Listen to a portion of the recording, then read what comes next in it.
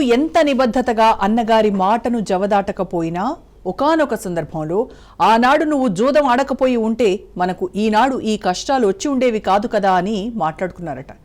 అలాగే మన ప్రస్తుత పరిణామాల కారణంగా గతంలో జరిగిన తప్పిదాల గురించి మాట్లాడుకోకపోతే భవిష్యత్తులో అవే తప్పులు రిపీట్ కావన్న గ్యారంటీ ఏముంది?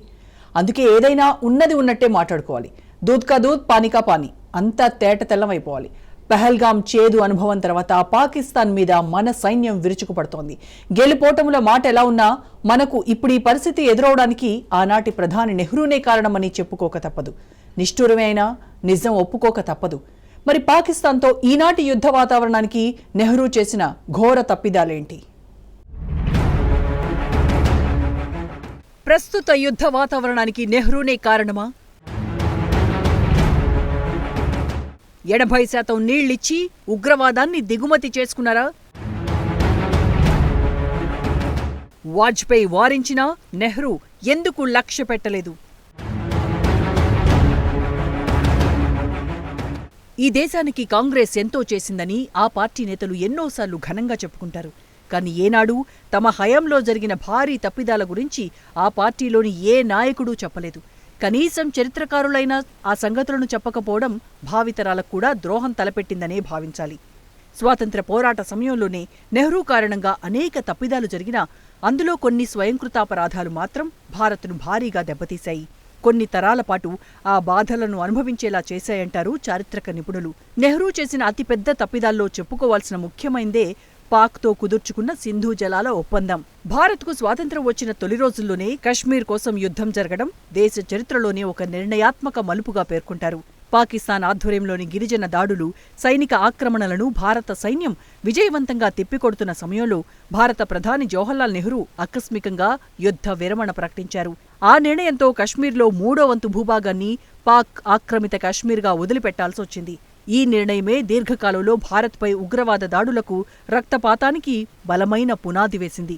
ఇక ఆ తర్వాత 1960లో నెహ్రూ సంతకం చేసిన సింధు జలాల ఒప్పందంతో పాకిస్తాన్కు 80% నీటి వనరులు అప్పగించడం ద్వారా ఆ దేశానికి ఆర్థిక, వ్యూహాత్మక బలాన్ని చేజేతులా అందించినట్లయింది.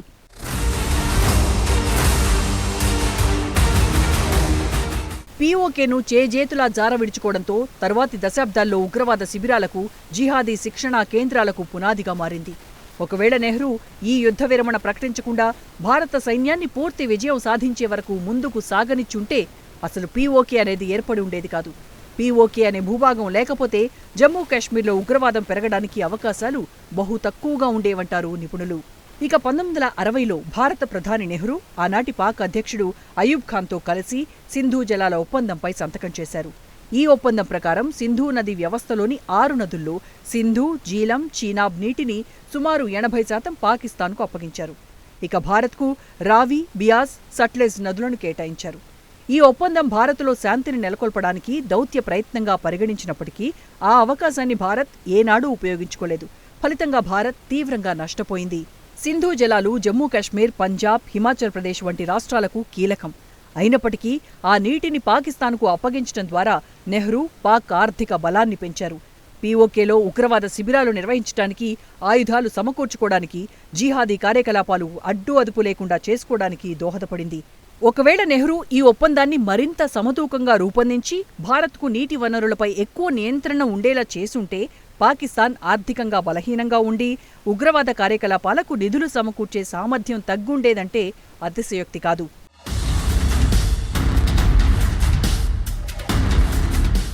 1947-48 యుద్ధ విరమణ ఫలితంగా ఏర్పడిన పీఓకే తరువాతి దశాబ్దాల్లో ఉగ్రవాద కేంద్రంగా మారింది. 1950ల నాటికి జమాతే ఇస్లామీ వంటి మతోన్మాద సంస్థలు పీఓకేలో జిహాదీ భావజాలాన్ని వ్యాపింపచేయడం మొదలెట్టాయి. అవే సంస్థలు ఆ తర్వాత లష్కరే తోయిబా, జైషే మహమ్మద్, హిజ్బుల్ ముజాహిదీన్ వంటి ఉగ్రవాద సంస్థలకు జన్మనిచ్చాయి. పాకిస్తాన్ ఇంటర్ సర్వీసెస్ ఇంటెలిజెన్స్ మద్దతుతో పీఓకేలో శిక్షణా శిబిరాలు, ఆయుధ డిపోలు, జిహాదీ ప్రచార కేంద్రాలు వృద్ధి చెందాయి. ఆ విధంగా 1980ల నాటికి పీఓకే భారత్పై ఉగ్రవాద దాడులకు ప్రధాన కేంద్రంగా తయారైంది. 1989-90లో కశ్మీరీ పండిట్ల ఊచకోత, 2001లో భారత పార్లమెంటుపై దాడి, 2008లో ముంబై దాడులు, 2019లో పుల్వామా అటాక్, ఇలా ఈ దాడులన్నీ పీఓకే నుంచి జరిగిన ఉగ్రవాద కార్యకలాపాల ఫలితమే. ఒకవేళ నెహ్రూ గనక 1947-48లో యుద్ధ విరమణ ప్రకటించకుండా పూర్తి కశ్మీర్ను భారత్ స్వాధీనంలో ఉంచుకొని ఉంటే పీఓకే ఏర్పడి ఉండేదే కాదు. ఆ అక్రమ భూభాగమే లేకపోతే ఉగ్రవాద శిబిరాలు, శిక్షణా కేంద్రాలు ఏర్పడే అవకాశం లేక భారత్పై జిహాదీ దాడులు గణనీయంగా తగ్గుండేవి. అంటే జిహాదీ శక్తులకు స్వయంగా చేజేతులా ఊతమిచ్చింది నెహ్రూనేనని చరిత్ర ధృవీకరిస్తోంది.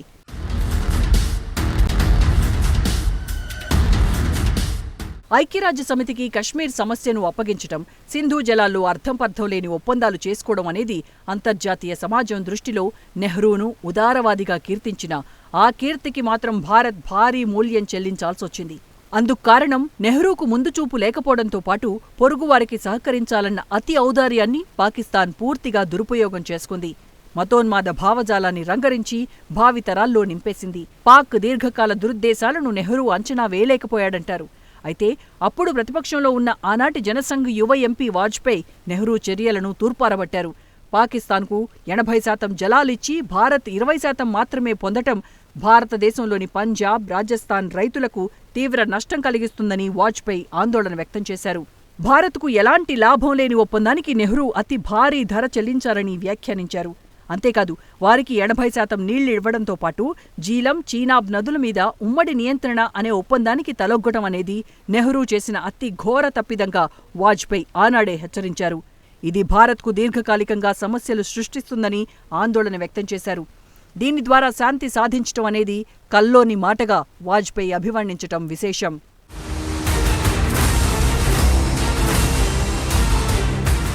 ఆనాడు నెహ్రూ ప్రభుత్వం చేసిన ఘోర తప్పిదాల కారణంగానే ఇవాళ పెహల్గాంలో హిందువులను ఏరి చంపడానికి దారితీసింది.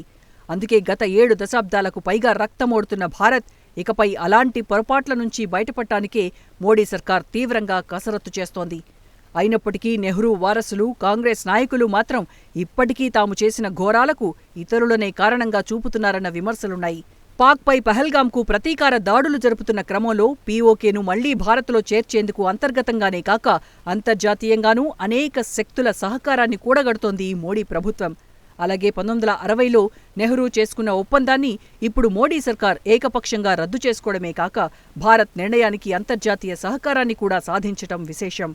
ఉగ్రవాద దాడులపై రియాక్ట్ అయ్యే సహజమైన హక్కు భారత్కు ఉందని, టెర్రరిస్టు స్థావరాలపైనే గురిచూసి యాక్షన్కు దిగిందని చెప్పి America, Russia, Israel, Japan, Saudi వంటి పలు దేశాలు భారత్కు మద్దతుగా నిలుస్తున్నాయి. ఇలా పాక్ను ఏకాకిని చేసే ఎత్తుగడల్లో మోడీ సక్సెస్ అవుతూ ఆనాడు నెహ్రూ చేసిన తప్పిదాలను ఒక్కొక్కటిగా సవరిస్తూ వస్తున్నారు.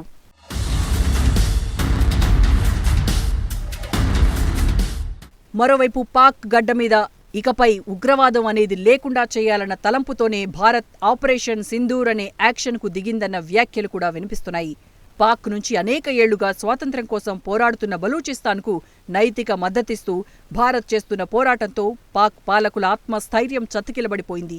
మరోవైపు మరికొద్ది రోజుల్లోనే పీఓకే భారత్లో విలీనం అవటం తథ్యమని ఇప్పటికే పలువురు భారత నాయకులు బాహటంగా చెప్పడం గమనించాల్సిన అంశం. చూడబోతే ప్రస్తుత దాడులన్నీ ఆ లక్ష్య సాధన దిశగా చేస్తున్నవేనేమో అని అభిప్రాయపడుతున్నారు నిపుణులు.